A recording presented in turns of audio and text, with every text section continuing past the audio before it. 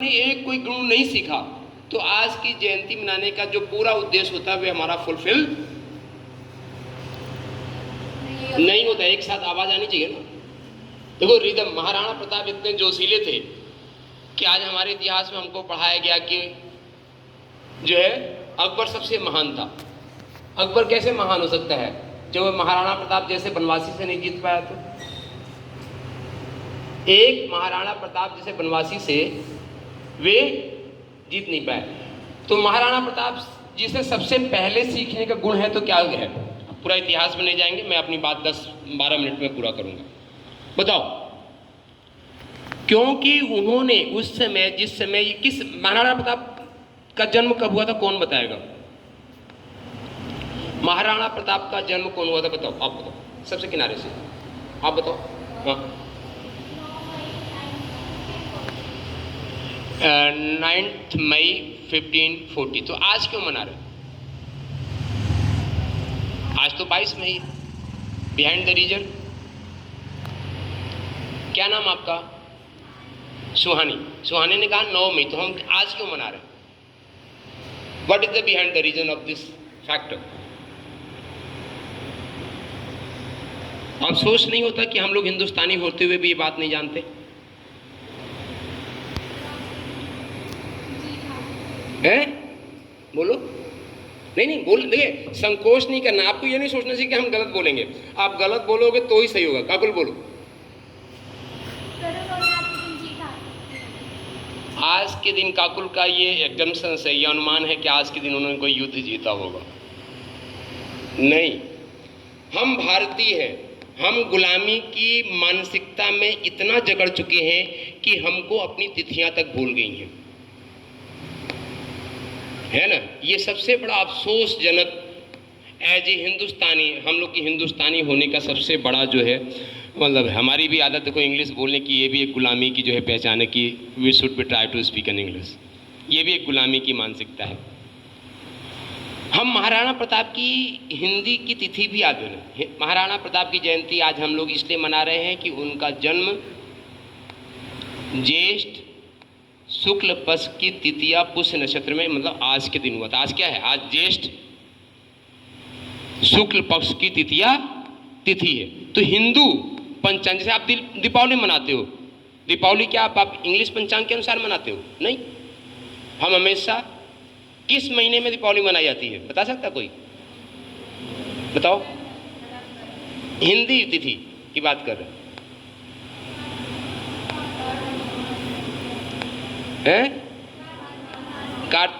कार्तिक मास की अमावस्या को। चलो, कुछ स्टूडेंट्स को पता है।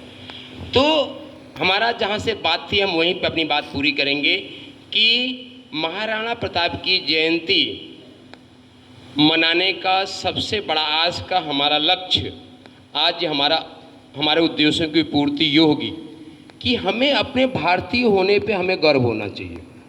हमें खुद के भारतीय होने पे गर्व होना चाहिए।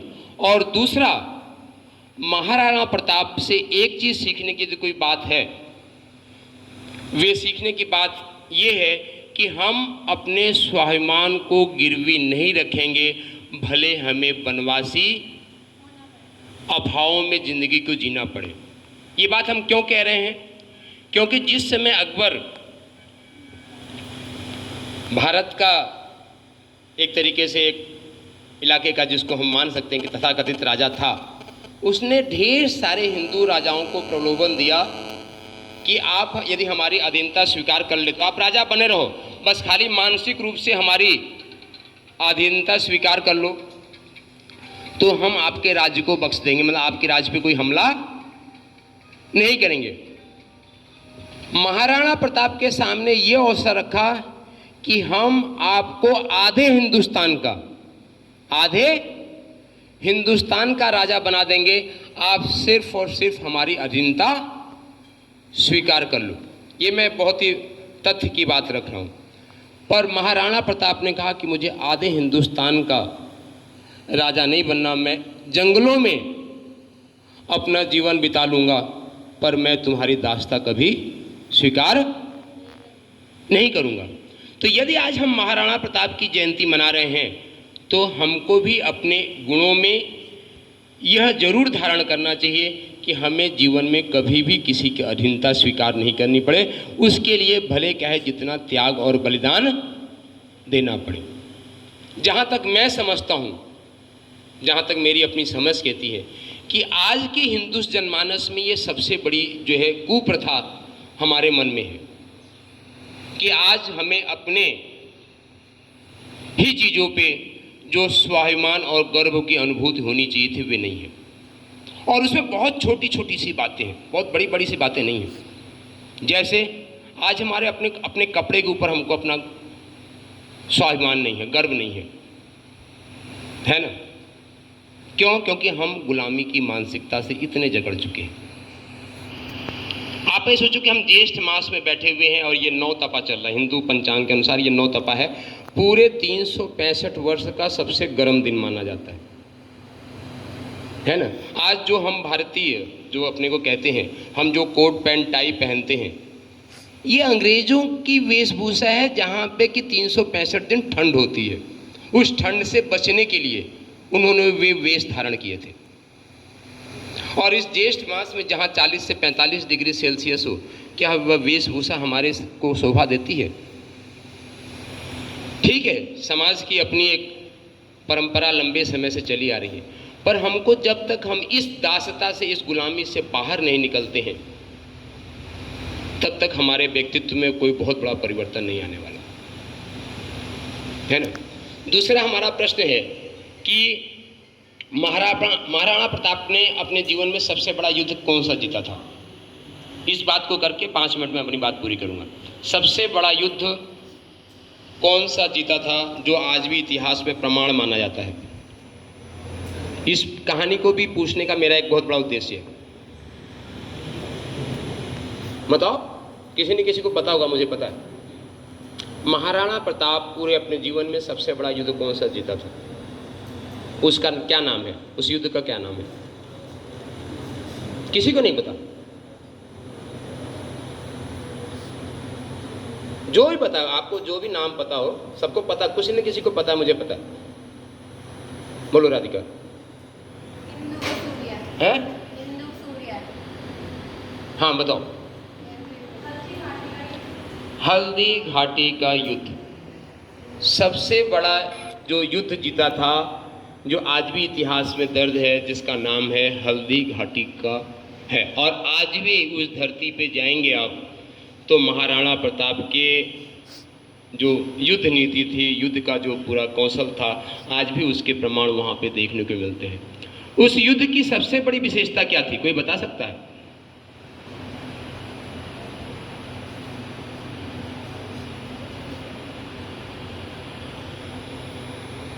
देखो, मैं इस बातों को कह के आपके दिमाग पे एक विशेष प्रभाव डालना चाहता हूं, जो मैं लीग से अलग हट के बात करता हूं। आपको पता होना चाहिए कि इस पूरे युद्ध में महाराणा प्रताप के पास जो सैनिक थे, मात्र कितने थे? 20,000। जबकि सामने वाले के सैनिक, जिसका नेतृत्व राजा मानसिंह कर रहे थे, जो आमेर के राजा थे, वो भी अपनी गुलामी, अपने स्वाभिमान को अकबर के सामने गिरवी रख सके थे। तो किसी अपने सैनिक को नहीं भेजा था युद्ध करने के लिए अकबर ने, एक हिंदू क्षत्रिय राजा को ही उनसे युद्ध करने के लिए भेजा था, जिनका नेतृत्व कर रहे थे मानसिंह। कितने की सैनिक थी पता आपको? 1 लाख सैनिक। कहाँ 1 लाख सैनिक, 5 गुना ज़्यादा सैनिक, और जहाँ पे महाराणा प्रताप के 20,000 सैनिक। पूरे 20,000 सैनिक भी, और सैनिक में जो परंपरागत लोग युद्ध करते हैं, क्षत्रिय राजा, वे उस युद्ध में नहीं थे। कौन लोग थे उस 20,000 में? बहुत हमारी बात को जिस उद्देश्य से मैं कहने की कोशिश कर रहा हूं, उसको आप समझने का प्रयास कीजिए। कौन थे? सामान्य कोल भील जो जंगलों में रहा करते थे, क्योंकि क्षत्रियों ने तो हाथ खड़े कर दिए थे, अकबर के सामने गुलामी, अपना दास्ता स्वीकार कर लिया था। सामान्य कौन थे? कोल भील जो जंगलों में रहते हैं। और महाराणा प्रताप ने अपने जीवन के आचरण से उनको ये शिक्षा दी, देखो मैं भी किले में नहीं रहता, मैं भी तुम्हारे बीच में रहता हूँ। उन्हीं की तरह घास फूस की रोटियां खाते थे, और उन कोल भीलों का उन्होंने दिल जीत लिया था। कोलभील के जो बड़े बुजुर्ग थे वो उनको बेटा मानते थे, जो उनके समकक्ष थे वे अपना भाई, अपना सर्वस्व मानते थे। और किसी भी युद्ध में संख्या बल की आज तक पूरे दुनिया के इतिहास में कभी विजय प्राप्त नहीं हुई है। यदि किसी युद्ध में यदि आपकी विजय होती है तो वे होती है आपके समर्पण का और आपके अपने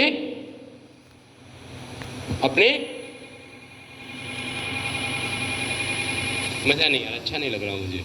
आप सबको एक रिदम में बोलना चाहिए था। हमारे अपने विश्वास की, युद्ध पे सबसे बड़ा कोई काम करता है तो आपका अपना, और विश्वास के साथ दूसरा क्या होता है? आपका अपना समर्पण। समर्पण मीन्स युद्ध की नीति में सबसे बड़ा समर्पण क्या है? युद्ध के मैदान में सबसे बड़ा समर्पण क्या है?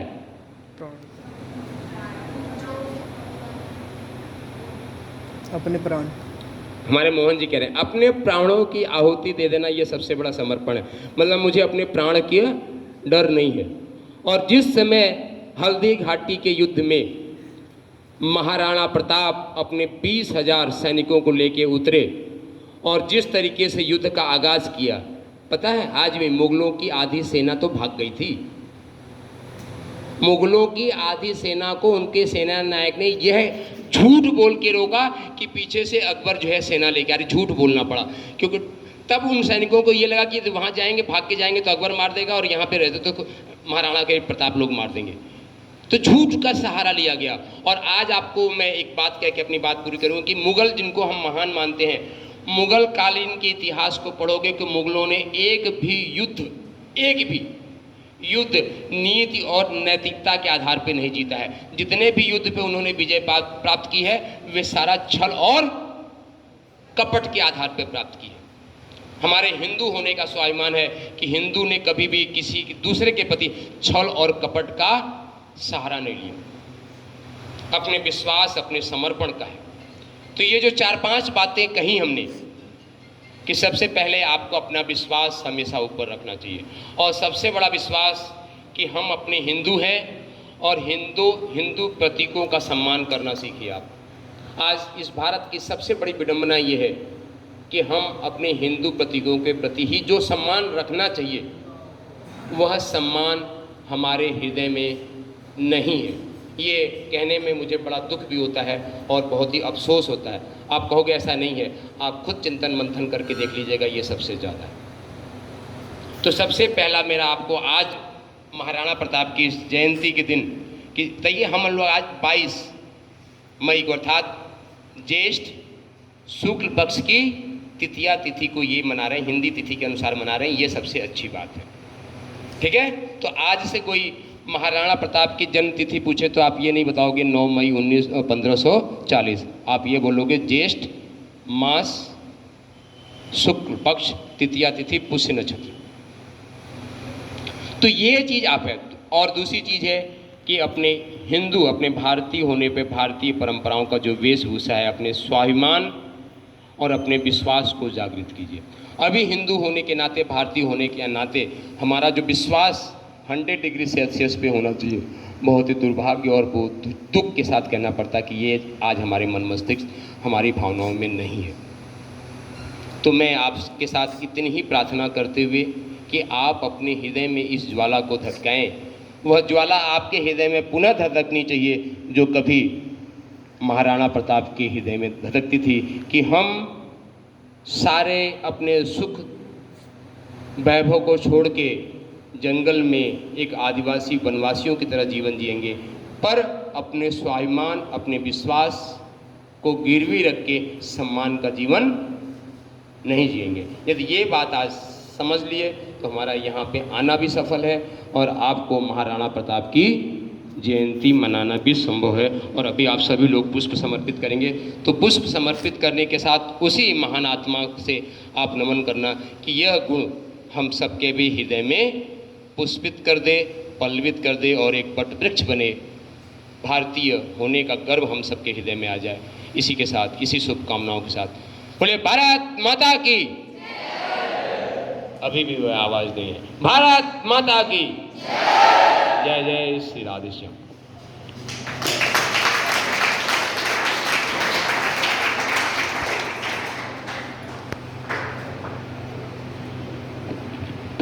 आदरणीय महाराज जी ने जो बताया याद रहेगा? हैं? आज क्यों मना रहे हैं? हैं? हमारी हिंदू परंपरा के अनुसार जो कैलेंडर है, भारतीय परंपरा के अनुसार, उसकी तिथि आज, ठीक है। और हमारे यहाँ आए हुए करणी सेना के अध्यक्ष दीपक चौहान जी, मैं अनुरोध करूँगा कि वो आए और ये भी अपने दो शब्द महाराणा प्रताप के बारे में बताएं, क्योंकि ये सबसे ज़्यादा जानते हैं इस बारे में। तो कम समय में बहुत ज़्यादा बातें बताएंगे। जोरदार तालियों के साथ उनका स्वागत।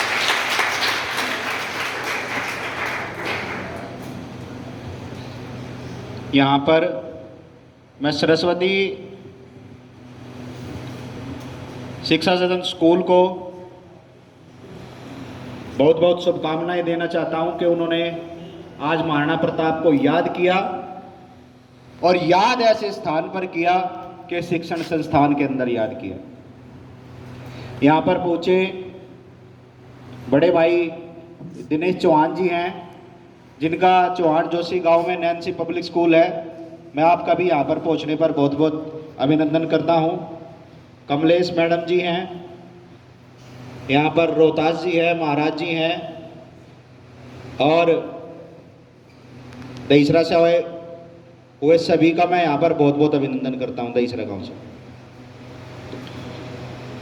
बात करें अगर वीर शिरोमणि महाराणा प्रताप की, तो जिस प्रकार महाराज जी ने आपको बताया कि त्याग और बलिदान का अगर कोई इस देश में, विश्व में कोई सबसे बड़ा उदाहरण है तो वो महाराणा प्रताप हैं।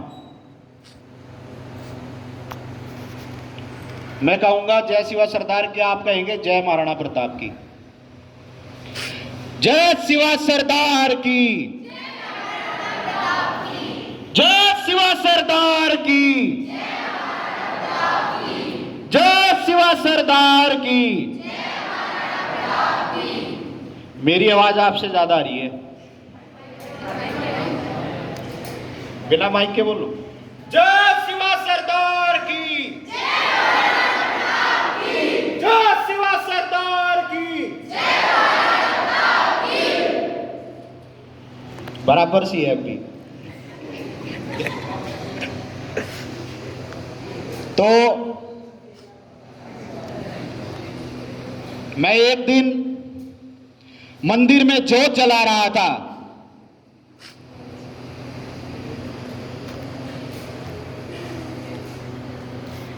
आप ध्यान से सुनो, हंसो मत, पीछे वाले हंस रहे हैं। क्योंकि आज जिस चरित्र की जयंती मनाने के लिए हम यहां पर इकट्ठा हुए हैं, उसको आप सभी को पढ़ना चाहिए, उसके बारे में आप सभी को जानना चाहिए, और वो समय की आवश्यकता है। तो आप थोड़ा गंभीर होकर इस बात को सुने। अगर मेरी पगड़ी देखकर हंसी आ रही हो तो मैं इसे खोल दूं।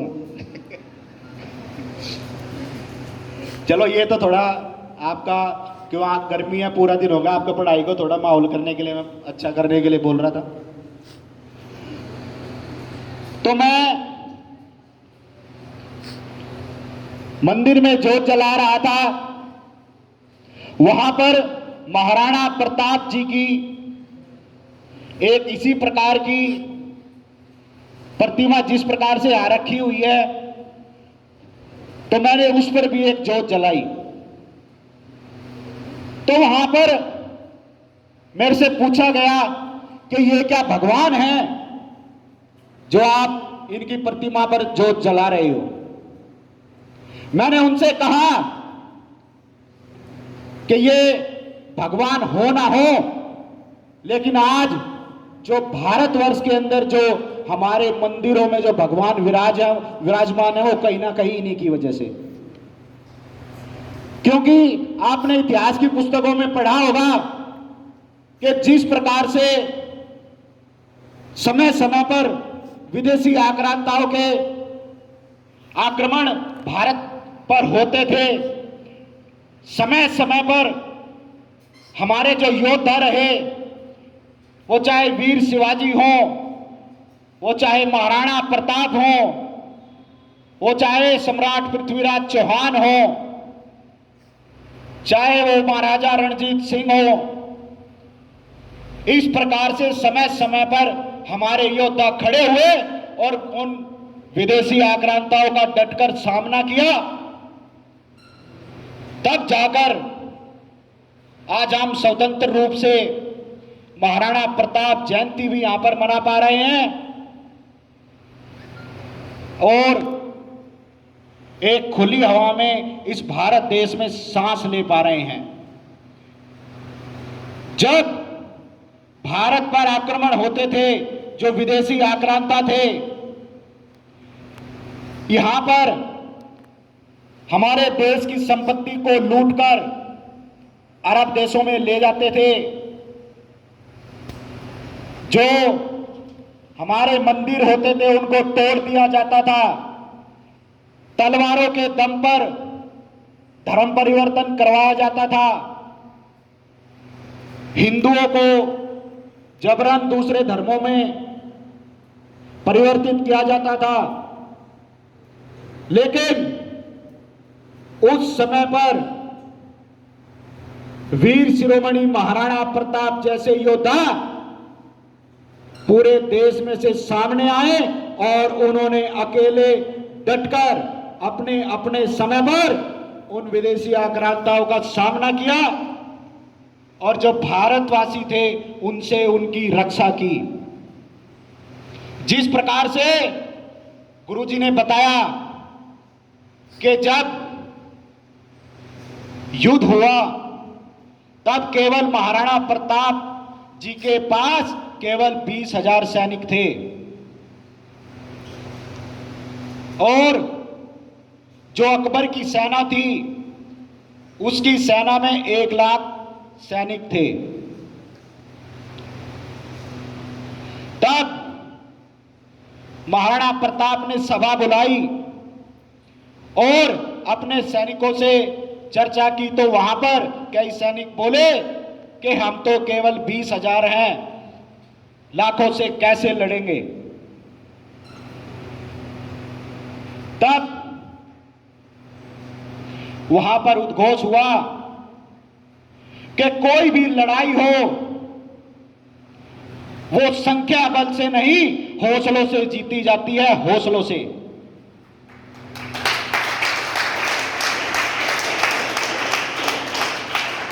और जब हल्दी घाटी में वो 20,000 सैनिक पहुंचे तो अकबर की सेना में भगदड़ मच गई। अकबर इतना कमजोर था कि वो खुद महाराणा प्रताप का सामना करने भी युद्ध में नहीं आया। किताबों में पढ़ाया गया कि अकबर महान था। अरे जिस महाराणा प्रताप का सामना करने के लिए अकबर कभी युद्ध के मैदान में आया नहीं और महाराणा प्रताप के नाम से उसकी रूह कांपती थी, वो कैसे महान हो सकता है। महान थे तो महाराणा प्रताप थे, महान थे तो वीर शिवाजी थे, महान थे तो सम्राट पृथ्वीराज चौहान थे, महान थे तो रणजीत सिंह जैसे राजा थे।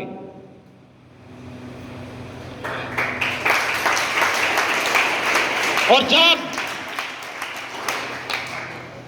हल्दी घाटी का युद्ध हुआ, जो अकबर ने जो सेना भेजी थी उसके पास आधुनिक हथियार थे, तोपें थी, बंदूकें थी, लेकिन जो महाराणा प्रताप की जो सेना थी उन्होंने केवल तलवारों से उन लाखों सैनिकों का सामना किया और हल्दी घाटी के युद्ध में विजय प्राप्त की। चेतक की कहानी किस किस ने सुनी है? हिंदी की पुस्तकों में चेतक का कविता पाठ है, किस किस ने सुनी है?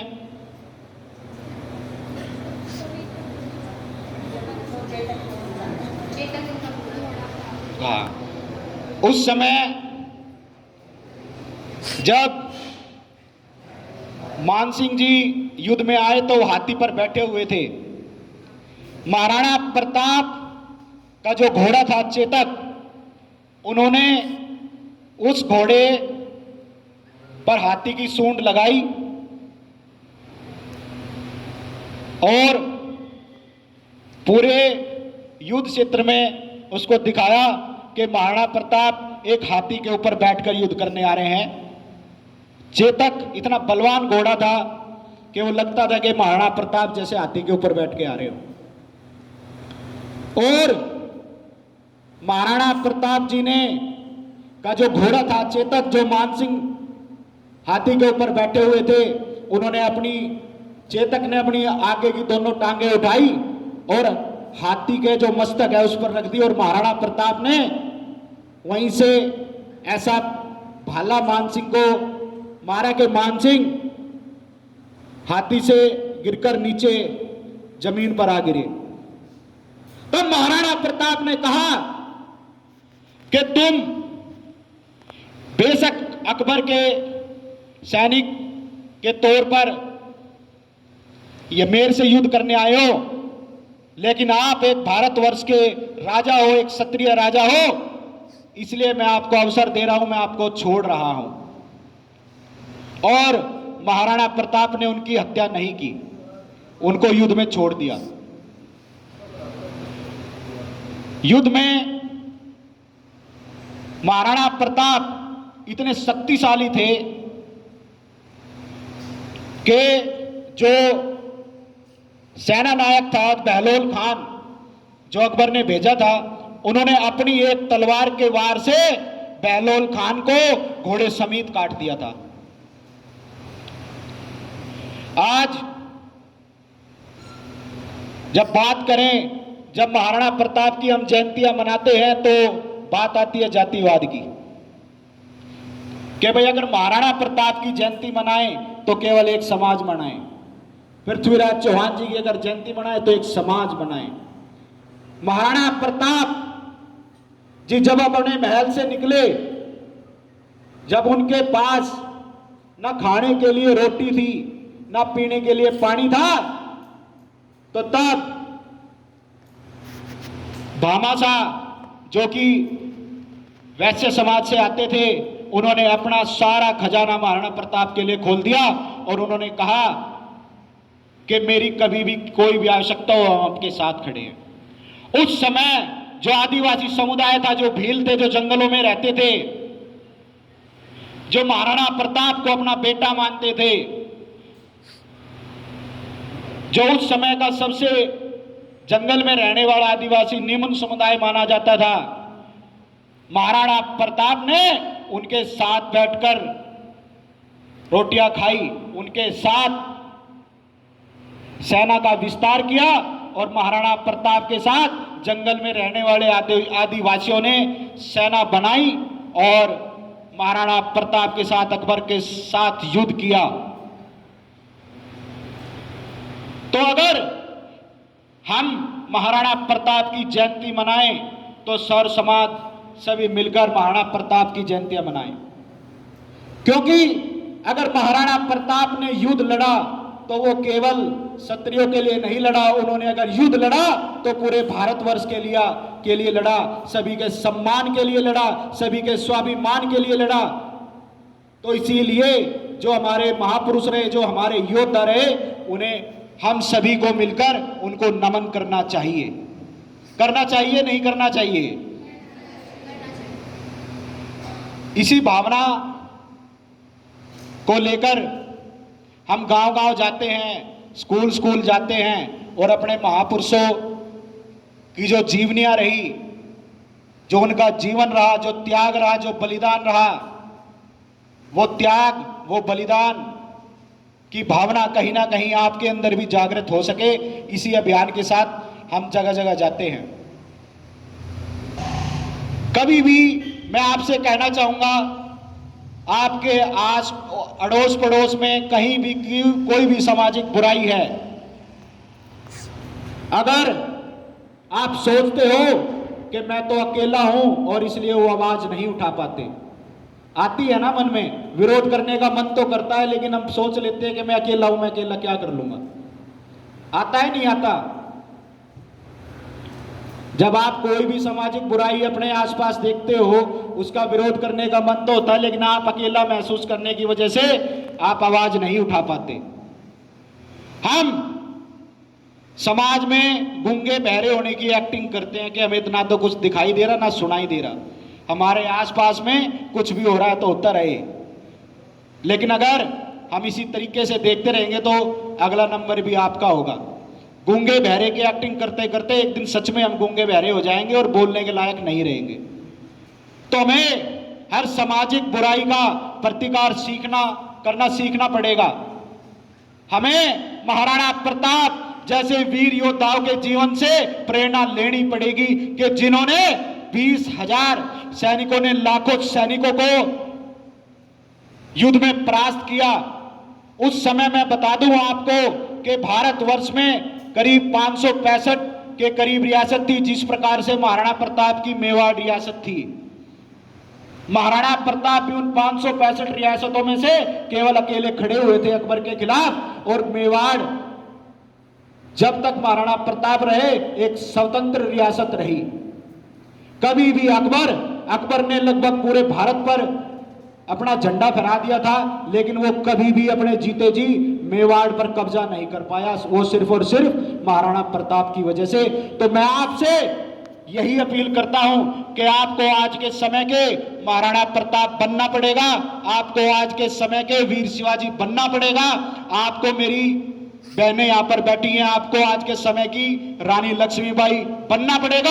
आपको उनके जीवन को पढ़ना पड़ेगा, और आपके आसपास अगर कोई भी सामाजिक बुराई हो, आपको स्वयं लक्ष्मीबाई महाराणा प्रताप बनकर उनसे लड़ना पड़ेगा।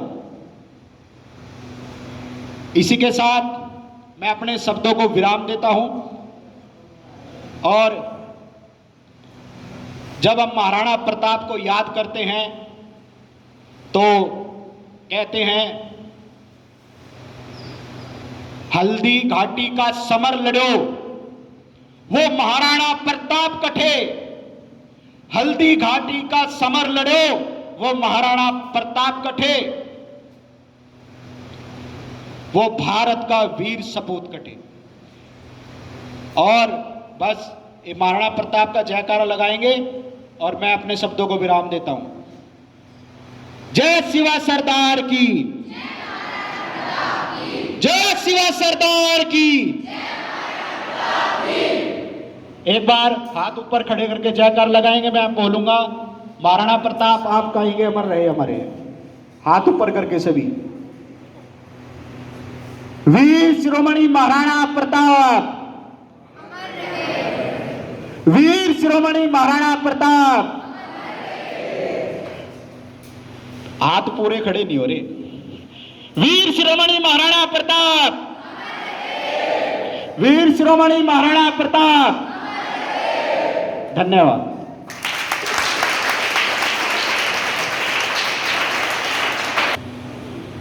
अभी दीपक जी ने जो बताया याद रहेगा सभी को। महाराज जी ने जो बताया था बात तो वही है, कुछ छूट जाती है। तो तुम भी योद्धाओं से कम नहीं हो, कम हो तुम, तुम्हें भी लड़ना है, लड़ रहे हो कम सुविधाओं के साथ। ये भी एक युद्ध क्षेत्र है। जो पढ़ाई है, तुमने देखा होगा बहुत सारी जगह सुविधाएं बहुत हैं, एसी रूम है, लेकिन तुम्हारे पास नहीं है। ये भी एक युद्ध क्षेत्र है कि तुम्हारे पास सुविधाएं कम होते हुए और एजुकेशन ज़्यादा प्राप्त करते हो ना। तो ये तो युद्ध क्षेत्र चलता रहता है, ये कभी खत्म नहीं होता। किसी के साथ कोई प्रॉब्लम है तो किसी के साथ कुछ प्रॉब्लम है, लेकिन कम सुविधाओं के साथ जीत हासिल करना ये सबसे बड़ी विजय। अभी बहुत सारे बच्चे कहते हैं कि हमारे घर में ट्यूशन पढ़ने के पैसे नहीं हैं। हो गया युद्ध? हो गया कि नहीं? हमारे पास एसी नहीं है, गर्मी है, हमारे घर में लाइट नहीं आ रही, इन्वर्टर चाहिए। लेकिन अगर आप लोग उस गर्मी को सहन करते हुए पढ़ते हो और एसी वाले से ज़्यादा मार्क्स लेके आते हो तो तुम्हारा भी युद्ध क्षेत्र में सफल होना निश्चित है। और ये यहाँ नहीं, ये आगे तक चलेगा, क्योंकि प्रॉब्लम को सॉल्व करना ही एजुकेशन है। जो समस्या तुम्हारे सामने है उसको सॉल्व करिए, और नहीं तो बहुत सारे बच्चे जिनके पास पैसा भी है, सारी चीज़ें हैं, और ठेके पे दारू पी के और नालियों में लोटे रहते हैं। तो उनका युद्ध क्षेत्र कौन सा है? कुछ नहीं, वो तो अकबर महान है ना? तो इसलिए आप भी ये सारे काम करिए। सबसे पहला पड़ाव तुम्हारा एजुकेशन का ही है, उसके बाद अपने देश की सेवा करना है। समझ गए सभी? अभी मास्टर जी बैठे हैं, दिनेश जी, जोरदार तालियों के साथ इनका स्वागत करें। ये भी आपको बताएंगे महाराणा प्रताप जी के बारे में। इनका एक्सपीरियंस हमारे से ज़्यादा है और कुछ बातें तुम्हारे जीवन से संबंधित भी बताएंगे। एक बार फिर जोरदार तालियों के साथ स्वागत मास्टर जी का। धन्यवाद सर, आपने मुझे मौका दिया मंच पर आने का। ये तो सामने देखे सभी बच्चे। सबसे पहले एक बार जोर से भारत माता की जय बोलेंगे। भारत माता की जय!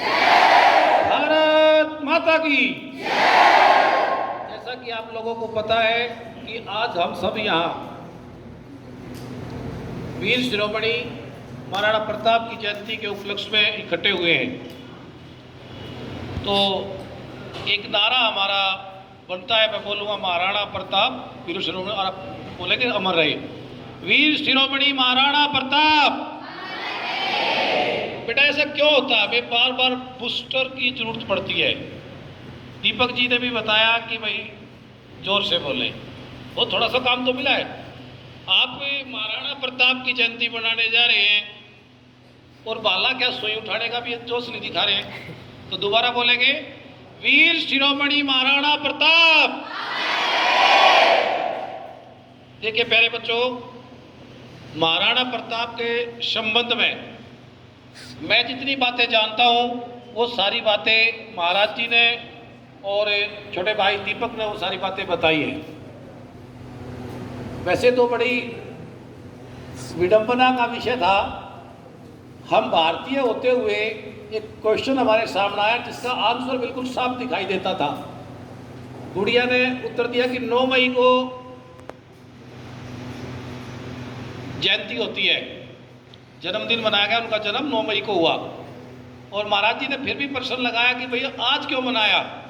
तो सीधी सी बात है, हमारे 2 ही प्रकार के कैलेंडर होते हैं, एक भारतीय होता है और एक पाश्चात्य कैलेंडर होता है। जिसका हम अनुसरण कर रहे हैं, जो एक काउंटिंग होती है 1 2 3, वो पाश्चात्य है, और भारतीय का वो एक एकादशी द्वादशी तो ऐसे होता है। मेरे से ज़्यादा कुछ लड़कियों को ज़रूर पता होगा। तो निश्चित रूप से बहुत अच्छी बात है, महाराज जी ने उस पर प्रकाश डाला कि भाई इसका जो जन्मदिन है आज, वो भारतीय पंचांग के अनुरूप बनाया गया है। मैं अपनी बात को बिल्कुल लंबा नहीं करूँगा और बहुत पीछे भी नहीं जाऊँगा, क्योंकि मेरे से पहले बहुत सारी बातें महाराज जी बता चुके हैं और दीपक जी बता चुके हैं। उन्हीं बातों को मैं रिपीट करूं तो मैं समझता हूं कि उससे आगे थोड़ी कुछ और आज के जो समय की जो ज्वलंत महाराणा प्रताप बनकर या लक्ष्मीबाई बनकर समस्याओं को दूर किया जा सकता है और भाले के स्थान पर के कलम को उठाकर दूर किया जा सकता है। मैं इन पर आपका थोड़ा सा विचार डालना चाहूँगा। प्यारे बच्चों, मैं आप लोग को एक संदेश देना चाहता हूँ कि आज के युग में तीर तलवार की लड़ाई नहीं रही है। आज सबसे बड़ा शस्त्र है शिक्षा, एजुकेशन। और वास्तविक शिक्षा यानी आपके पास शिक्षा की वो ताकत होनी चाहिए कि आप बड़े से बड़े अकबर बादशाह को हरा सको।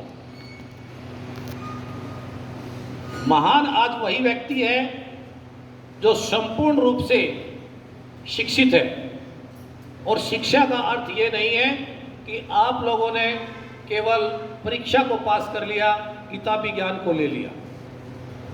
शिक्षा का अर्थ है कि आज हमारे समाज में, आसपास के माहौल में किन किन समस्याओं से हमें दूर रहना है, किन किन बुराइयों से दूर रहना है और किन किन समस्याओं का सामना करना है। दो ही चीज सामने आई अभी तक जो वक्तव्य हुए। एक तरफ आक्रांता अकबर